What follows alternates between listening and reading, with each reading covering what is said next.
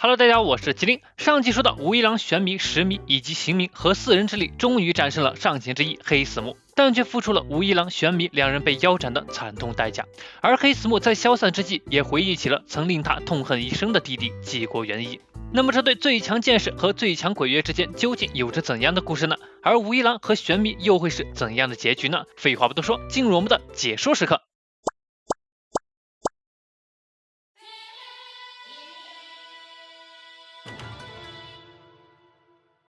从未嫉妒过他人的家伙，只不过是碰巧没有遇上那些集众神之宠爱于一身的人而已。那种仿佛能燃尽世间万物，宛若太阳般耀眼的人。在那个时代，双胞胎作为可能引起继承人斗争的原因而被视为不祥之兆，弟弟元一更是生来额头上就有着令人毛骨悚然的斑纹，以至于父亲差点当场杀掉他，但最终被疯狂的母亲拼死阻止了，但必须等他10岁的时候送去寺院出家。于是兄弟两人不管是吃住甚至是教育都被刻意分开。看着整天黏着母亲不放的元一，让延胜觉得他真的好可怜，于是他便开始瞒着父亲去元一那矮小的屋子玩，并送给了他一根自己亲手做的木笛。元一从小就没有笑过，甚至从未开口说过话，直到7岁那年，看着正在挥刀练习的延胜，元一竟开口说话了。兄长的梦想是成为这个国家最强的武士吗？从他口中说出的第一句话实在太过流利，瞬间震惊到了延胜。随后元一便表示自己也要成为一名武士，但延胜知道元一10岁过后就会被送去寺院，所以注定只能成为一名僧侣。但此刻的元一却展露出了他人生中第一次笑容，这令延胜感到了莫名的恶心，因为一个只会成天抱着母亲不放的人，又怎么能在战场上与敌人以命相搏呢？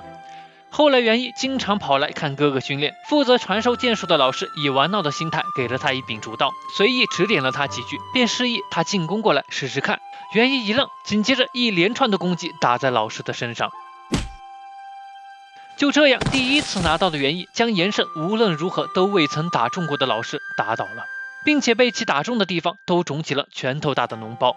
而在那之后，元一就再也没有说过想成为武士的话，因为他无法容忍那种用竹刀打中别人的感觉。但延胜却无论如何都想知道元一如此强大的秘密，最终元一却告诉了他一段令人完全无法理解的话：对方在出手前肺脏会有明显的变化，在观察骨骼、肌肉、血液的走向就能判断出对手的行动了。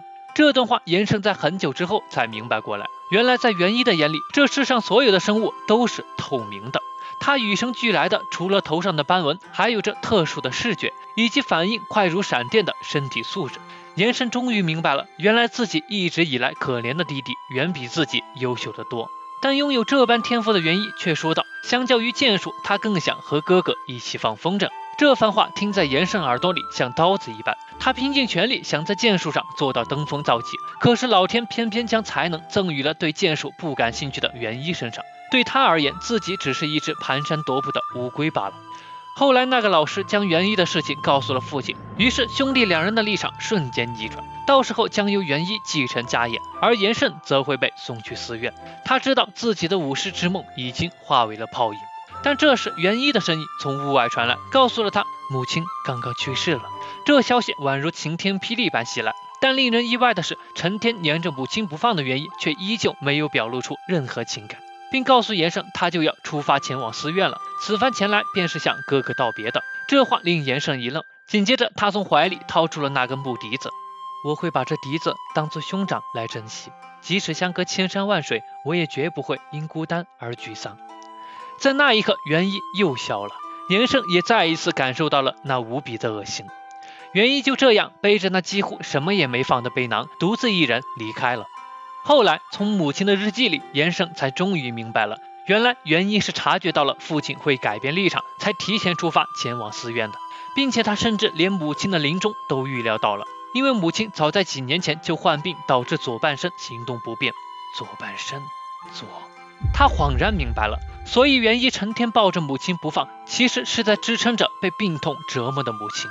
就在那个瞬间，嫉妒之火从延胜心底里迸发，从那一刻起，他便开始憎恨元一，甚至渴求他快去死吧，像他这样颠覆常理的人就不该降生在这个世上。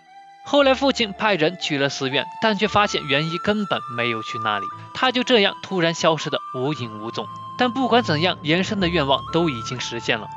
在那之后，他过了10年的安稳生活，成了家，有了孩子，但这种平静的日子让他觉得时间过得好慢。直到有一天，他的队伍遭到了鬼的袭击，在要被屠杀殆尽的时候，那道他永远都不想再看到的身影出现在眼前，纪国元一。他为自己姗姗来迟表示歉意。延伸知道，此刻的元一已经成为了一个无论剑术还是品行都无懈可击的人。他无论如何都想得到元一那么强大的实力，于是便毅然决然地抛弃了妻儿，就此走上了猎鬼者之路。无论对谁，元一都愿意将剑术和呼吸法倾囊相授，但即便如此，也没有人能达到他那样的高度。于是元一便结合所有人擅长的领域，指导他们进行呼吸法的改良。就这样，从日之呼吸里派生出了其他的呼吸法，并且他身边的人也慢慢出现了斑纹。鬼杀队的实力也因为斑纹剑士的增加，达到了前所未有的高度。就连延伸也很快便出现了斑纹，与元一非常的相似。可到头来，他还是只能驾驭派生出来的月之呼吸。但他相信，只要自己勤加锻炼，将来就一定能追赶上元一。可就在这个时候，斑纹剑士们却开始接二连三的身亡。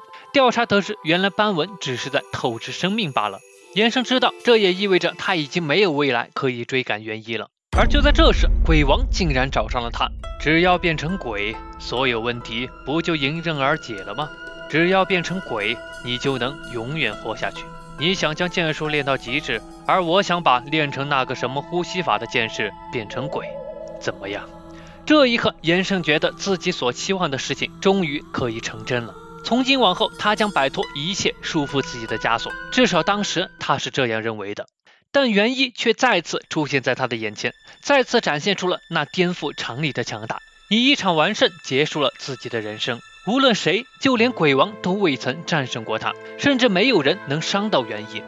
为什么你直到死都在折磨我？愤怒的他一击将元一腰斩，但这时一块被布包裹的东西同时掉了出来，原来是那根木笛子。我会把这笛子当作兄长来珍惜。住口，别再说了，我恨你。看到你的脸我就忍不住作呕，听到你的声音我就头痛欲裂。